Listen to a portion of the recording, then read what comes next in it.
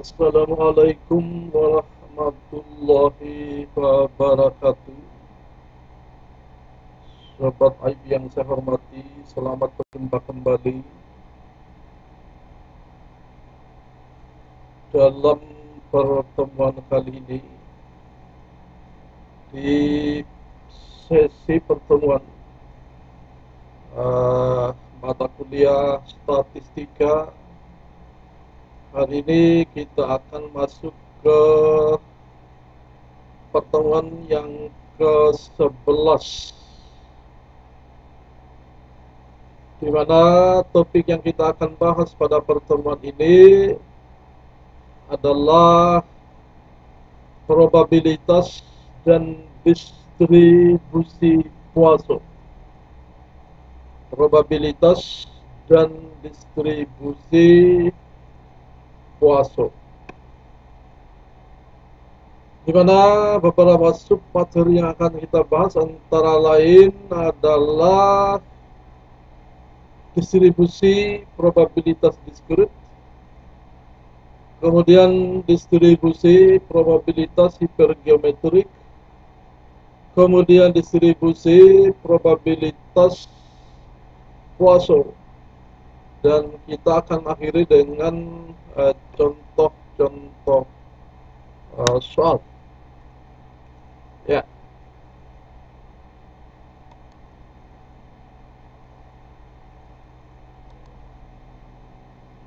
Oke, kita akan masuk ke submateri yang pertama,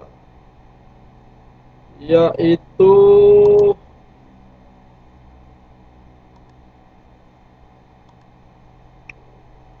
distribusi probabilitas diskrit.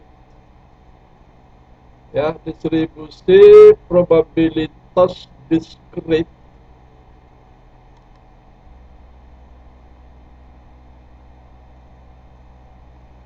ya, untuk mempermudah mengetahui probabilitas banyak kejadian atau percobaan dapat dilakukan dengan bantuan distribusi probabilitas. Dalam hal ini, distribusi probabilitas memberikan keseluruhan kemungkinan nilai yang mungkin muncul atau terjadi dari sebuah kejadian atau percobaan.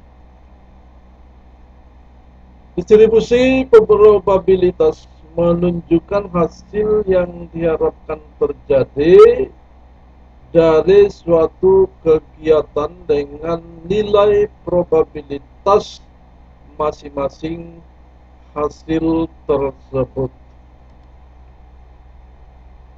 Dicontohkan di sini ada 3 orang mahasiswa yang akan memilih mata kuliah pada sebuah semester, pada semester genap, misalnya tahun 2018,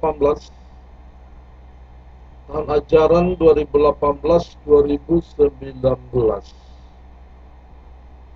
Mata kuliah tersebut adalah statistika, inisialkan dengan STK, dan matematika diinisialkan dengan MTK. Ketiga mahasiswa tersebut bebas memilih mata kuliah mana yang akan diikuti, bisa memilih statistika semua, bisa memilih statistika dan matematika, atau memilih matematika semua. Maka kalau kita susun bagaimana kemungkinan pemilihan tersebut, kita bisa lihat di sajiannya dalam tabel berikut ini, di mana kemungkinan yang pertama adalah seluruhnya memilih statistika, yaitu ada sebanyak 3 orang. Kemudian di kemungkinan pilihan kedua, ada yang memilih statistika 2 orang, dan 1 orang memilih matematika. Jadi ada ya Saya ulang, ada kemungkinan yang kedua, yaitu dia memilih statistika dan yang lain, kemudian memilih matematika. Jadi statistika dan matematika itu ada dua orang.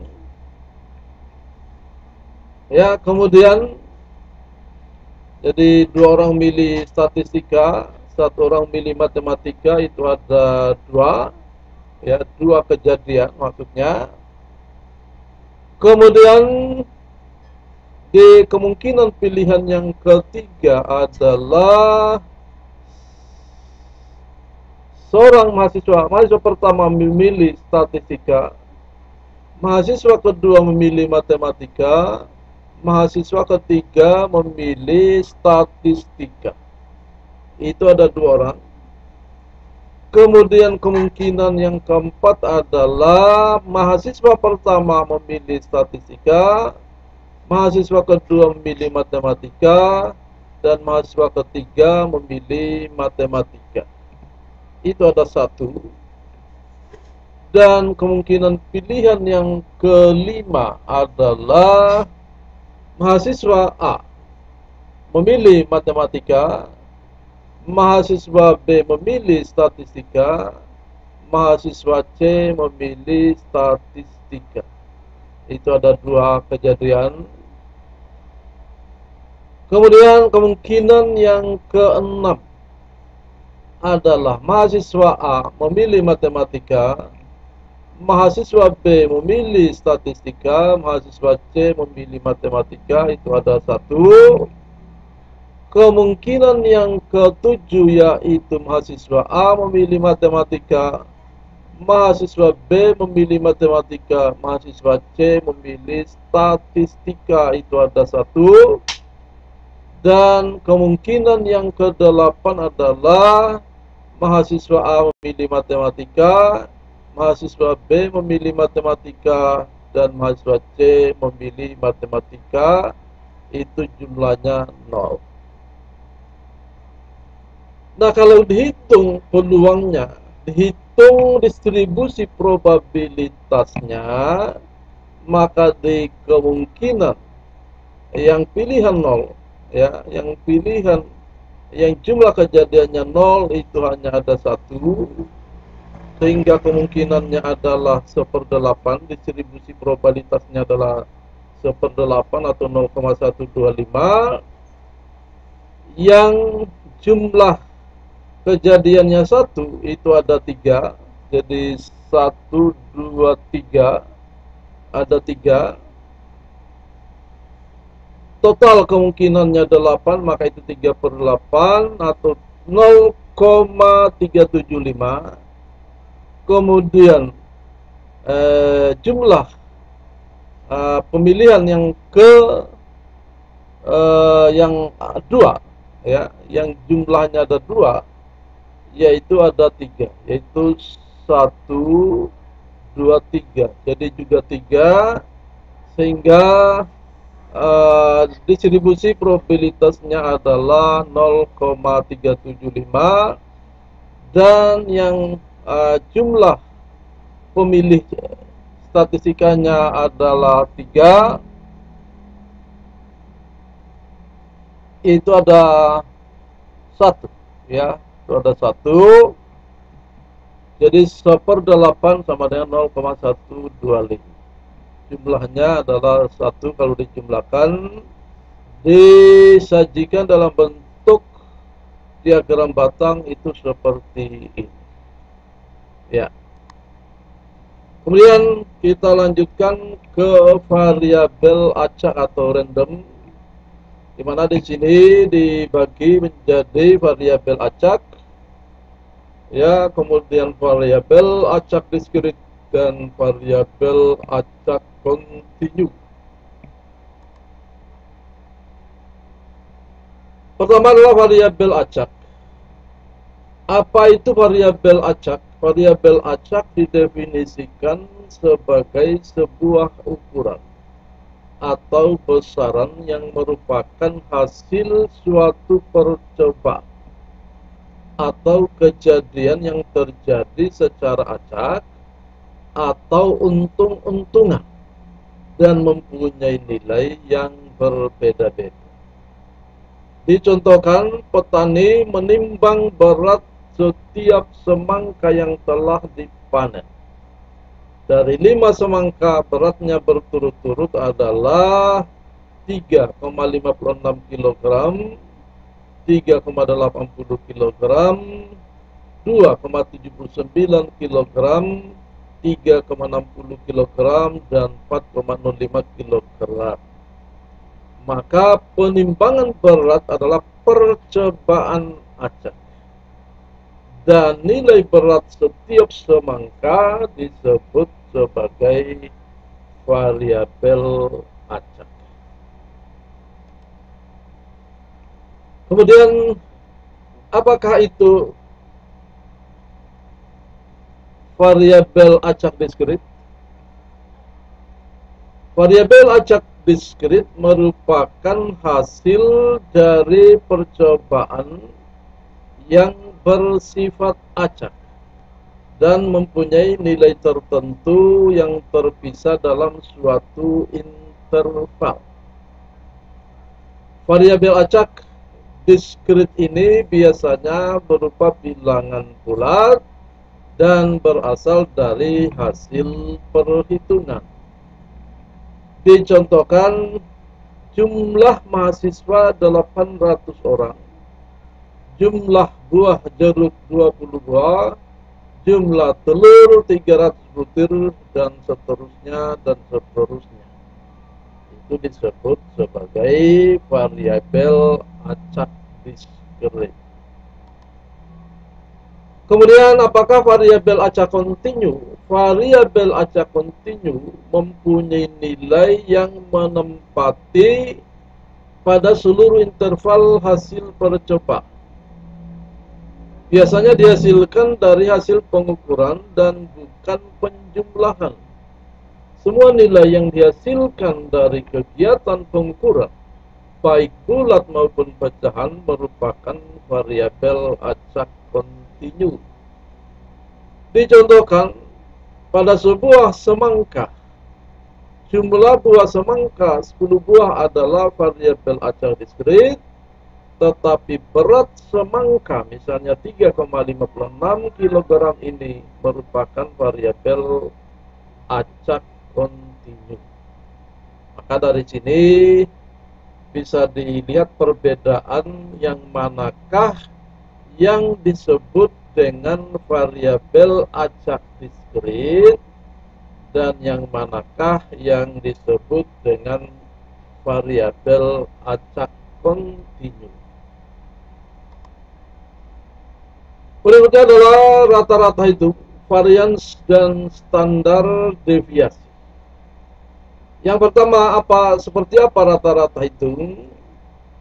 Nilai rata-rata itu merupakan nilai harapan atau expect value yang dilambangkan dengan EX. Rumus nilai rata-rata itu adalah mu sama dengan EX sama dengan sigma X dikali dengan PX, di mana mu adalah nilai rata-rata hitung distribusi probabilitas, sementara EX adalah nilai harapan atau expect value, dan X adalah kejadian, sementara mu X adalah PX adalah probabilitas suatu kejadian, dan sigma adalah lambang operasi penjumlahan. Kemudian, variansi dan standar deviasi itu merupakan ukuran penyebaran, yaitu mengukur seberapa besar data menyebar dari nilai tengahnya. Semakin kecil sebaran data, maka semakin baik, karena menunjukkan data mengelompok pada nilai rata-rata itu. Variansi dan standar deviasi dirumuskan sebagai berikut. sigma kuadrat sebagai simbol varians, ya, sama dengan sigma buka kurung X kurang mu pangkat 2 kali PX tutup kurung. Maka standar deviasi yang disimbolkan dengan sigma sama dengan akar dari varians, akar dari sigma kuadrat. Di mana sigma kuadrat ini adalah simbol varians, sigma adalah standar deviasi, X adalah nilai suatu kejadian, mu adalah rata-rata, nilai rata-rata hitung distribusi probabilitas, PX adalah probabilitas suatu kejadian X, dan sigma adalah lambang operasi penjumlahan. Ya, dicontohkan di sini, hitunglah nilai rata-rata hitung, standar deviasi dan varians pada kasus pilihan 3 mahasiswa pada mata kuliah statistika pada contoh yang tadi, ya, pada contoh tadi. Maka dari probabilitas yang kita peroleh tadi, di mana yang tidak memilih, yang tidak ada pilihannya, yaitu 0,125 yang memilihnya 1, 0,375 yang memilih 2, 0,375 dan seterusnya, memilih 3 itu adalah 0,125. Maka X dikali dengan PX itu adalah pertama 0, kemudian 0,375, kemudian 0,750 dan 0,375. Dijumlahkan itu adalah 1,5. Maka X dikurang mu itu sama dengan minus 1,5 untuk yang pertama, yang kedua minus 0,5, yang ketiga 0,5, dan yang keempat adalah 1,5. Ya, 1,5. Oke.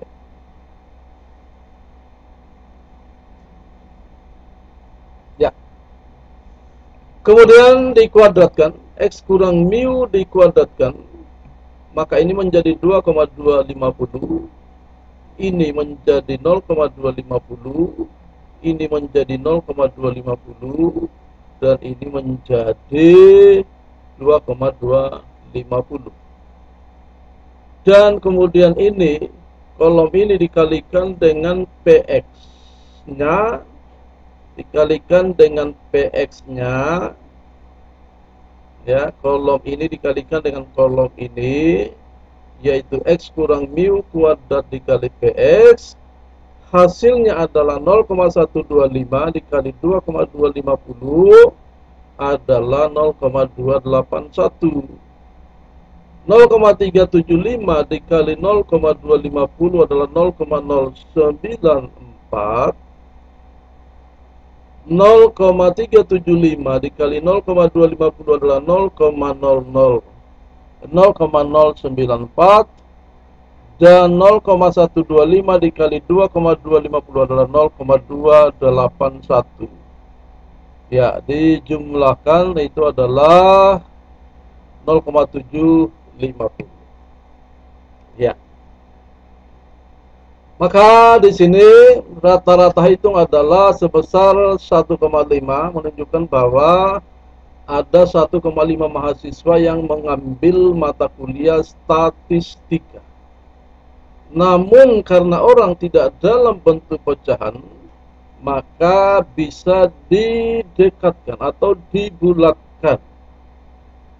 Pembulatan bisa kita lakukan ke bawah, bisa juga kita lakukan ke atas. Maka bisa 1, bisa juga 2 orang. Kemudian variansi, yaitu sigma kuadrat sama dengan 0,75. maka standar deviasi sama dengan akar daripada 0,75, yaitu 0,87. Ini menunjukkan bahwa standar penyimpangan data dari nilai tengahnya adalah 0,87. Ya. Kemudian distribusi probabilitas hipergeometrik. Dalam distribusi binomial diasumsikan bahwa peluang suatu kejadian tetap atau konstan atau antar kejadian saling lepas. Dalam dunia nyata jarang terjadi hal demikian. Suatu kejadian sering terjadi tanpa pemulihan dan nilai setiap kejadian adalah berbeda atau tidak konstan. Distribusi dengan tanpa pemulihan dan probabilitas berbeda adalah distribusi hipergeometrik.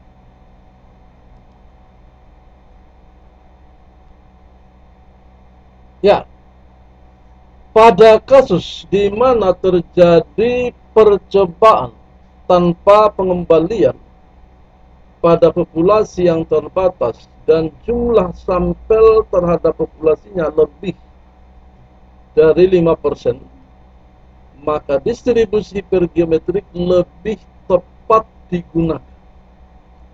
Ya, jadi perlu diperhatikan bahwa jika sampel yang kita ambil itu lebih dari 5% dari populasinya, maka yang paling tepat kita gunakan adalah distribusi hipergeometrik.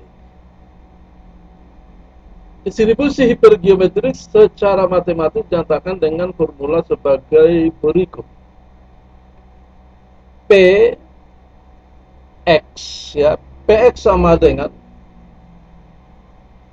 C, ya. Ya.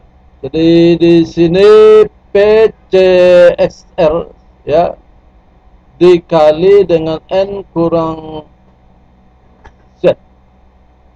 Ya. Jadi CZR dikali dengan C N kurang Z N kurang R, N besar kurang Z N kurang R, dibagi dengan CNN.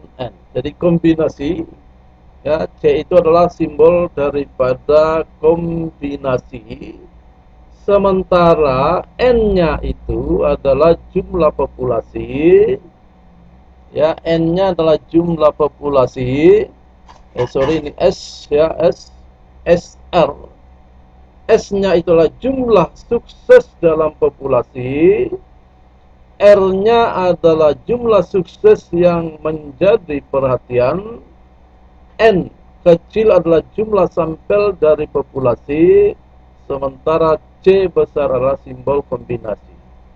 Dan PR adalah nilai probabilitas hipergeometrik dengan kejadian sukses. Ya, itu pengertian simbolisnya, ya, dengan formula PR CSR kali C N kurang S N kecil kurang R dibagi CNS.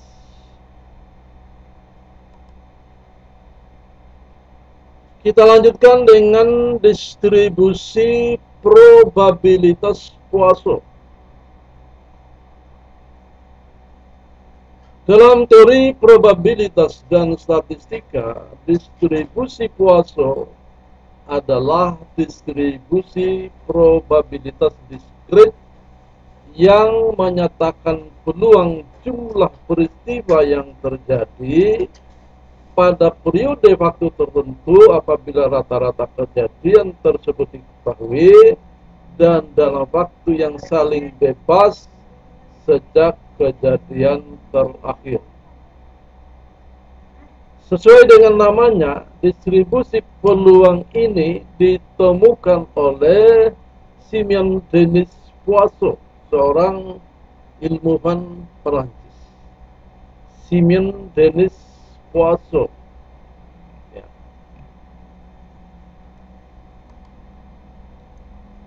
Distribusi Poisson sebenarnya diperoleh dari distribusi binomial apabila dalam distribusi binomial berlaku syarat berikut.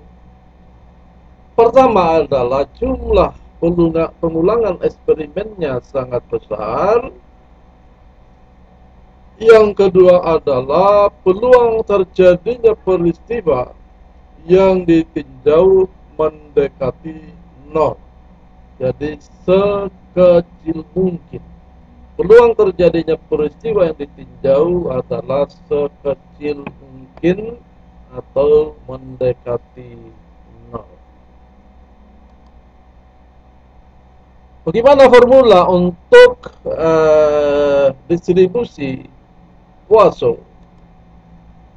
Ya, jadi Poisson perhatikan bahwa distribusi binomial sangat bermanfaat dan dapat menjelaskan dengan baik, namun untuk data di atas 50 dan nilai PP sangat kecil akan sulit mendapatkan nilai binomial. Distribusi probabilitas Poisson secara matematis dinyatakan dengan formula Px sama dengan mu pangkat X E pangkat minus mu dibagi X faktorial. Ya, di mana Px nilai probabilitas distribusi Poisson, mu adalah rata-rata hitung dari jumlah nilai sukses, E sama dengan bilangan konstan yaitu 2,72828, X adalah jumlah nilai sukses, sementara P adalah probabilitas sukses suatu kejadian, dan tanda suruh adalah simbol faktorial. Maka kita akan lihat bagaimana implementasi untuk soal-soal. Soal pertama adalah diketahui probabilitas untuk terjadi shock pada saat imunisasi dengan vaksinasi meningitis adalah 0,0005. Kalau di suatu kota jumlah orang yang dilakukan vaksinasi sebanyak 4.000 orang, maka berapakah peluang tepat 3 orang akan terjadi shock? Jadi jumlah yang divaksinasi 4.000 orang, sementara terjadi shock, kemungkinan terjadinya shock itu adalah 0,0005, ya, 0,05%. Gitu.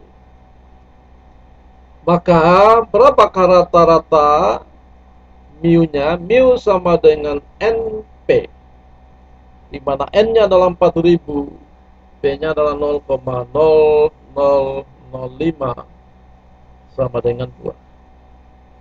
Maka Px sama dengan 3, ya, jika X-nya sama dengan 3, maka mu pangkat 3, mu X E pangkat minus mu dibagi dengan X faktorial, kita hitung 2,712828 pangkat minus mu. Jadi ini adalah E pangkat minus mu, yaitu 2 dikali dengan 2 di pangkat 3. Jadi mu-nya 2, pangkat X-nya 3, dibagi dengan 3 faktorial. maka diperoleh angka 0,1804 dan seterusnya. Ya, itulah probabilitas untuk terjadi shock tepat 3 orang. Ya. Contoh yang kedua, jika peubah acak X berdistribusi Poisson dengan parameter mu sehingga Px sama dengan 1 sama dengan Px sama dengan 2, maka itulah Px sama dengan 4. Maka kita hitung, karena Px sama dengan 1 sama dengan Px sama dengan 2, maka Px sama dengan 1 sama dengan Px sama dengan 2, yaitu mu kuadrat kali E pangkat minus mu dibagi 1 faktorial itu sama dengan mu kuadrat E pangkat minus mu dibagi 2 faktorial. Maka kalau diturunkan, yaitu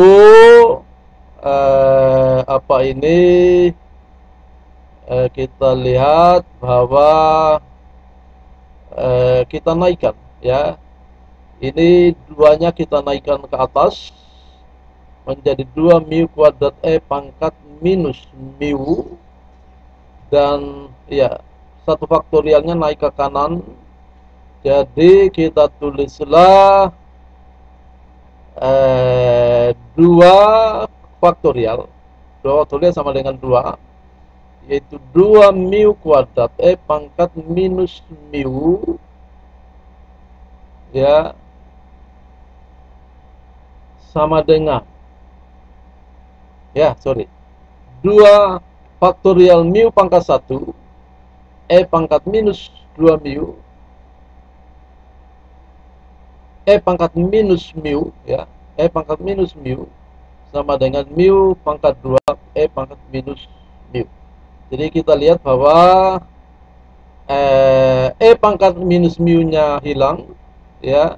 Jadi E pangkat minus mu nya hilang, yang tinggal adalah 2 mu, ya. Jadi 2 mu sama dengan 2 mu kuadrat sama dengan 1 mu, ya, sama dengan 1 mu. Kita lihat sebelumnya, ya. Jadi mu pangkat X, ya, sama dengan E pangkat minus mu dibagi X faktorial, ya. E pangkat minus mu nya hilang, oke, hilang, habis. Yang ada adalah 2 faktorial atau 2 kali mu, oke, 2 kali mu sama dengan mu kuadrat, ya. 2 kali mu sama dengan mu kuadrat, ya. Itu berarti bahwa 2 mu kurang mu kuadrat, ya, atau bisa kita balik, itu sama dengan 0, atau diputar, mu kuadrat sama dengan 2 mu. Mu kuadrat sama dengan 2 mu, maka mu nya sama dengan 2, ya. Atau dalam faktorisasi, mu kali mu kurang 2 itu sama dengan 0, maka ada yang mu nya sama dengan 0, ada yang mu nya sama dengan 2, ya. Jadi kalau kita ambil yang mu sama dengan 2, maka Px sama dengan 4 sama dengan 2 pangkat 4 kali E pangkat minus 2 dibagi 4 faktorial, maka diperoleh 0,0902. Jadi itulah contoh hitungan dengan menggunakan distribusi Poisson, ya. Distribusi probabilitas distribusi Poisson. Jadi saya kira itulah yang saya bisa jelaskan dalam pertemuan hari ini. eh, silakan mahasiswa mengisi daftar hadir di Siakat untuk supaya mahasiswa dianggap hadir di perkuliahan hari ini, karena kehadiran akan direkod secara otomatis oleh sistem, informasi akademik kita yang kita gunakan. Maka selalu saya ingatkan supaya mahasiswa jangan lupa mengisi absensi supaya dianggap hadir, karena itu juga berhubungan dengan bobot penilaian dari kehadiran. Ya, ya, saya kira itulah yang saya bisa sampaikan hari ini, yang kita bisa bahas hari ini. Kalau ada yang belum jelas, ada yang belum eh, mendapatkan pemahaman, ya, belum paham tentang apa yang saya bahas, maka mahasiswa dapat menuliskan atau mengajukan pertanyaan di kolom komentar video ini, ya, kolom komentar video YouTube ini. Dan juga jangan lupa yang belum memberikan dukungan, maka silakan, ya, silakan menyempatkan untuk mengklik subscribe, like and share. Ya, demikian. Billahi taufiq wal hidayah. Fastabiqul khairat.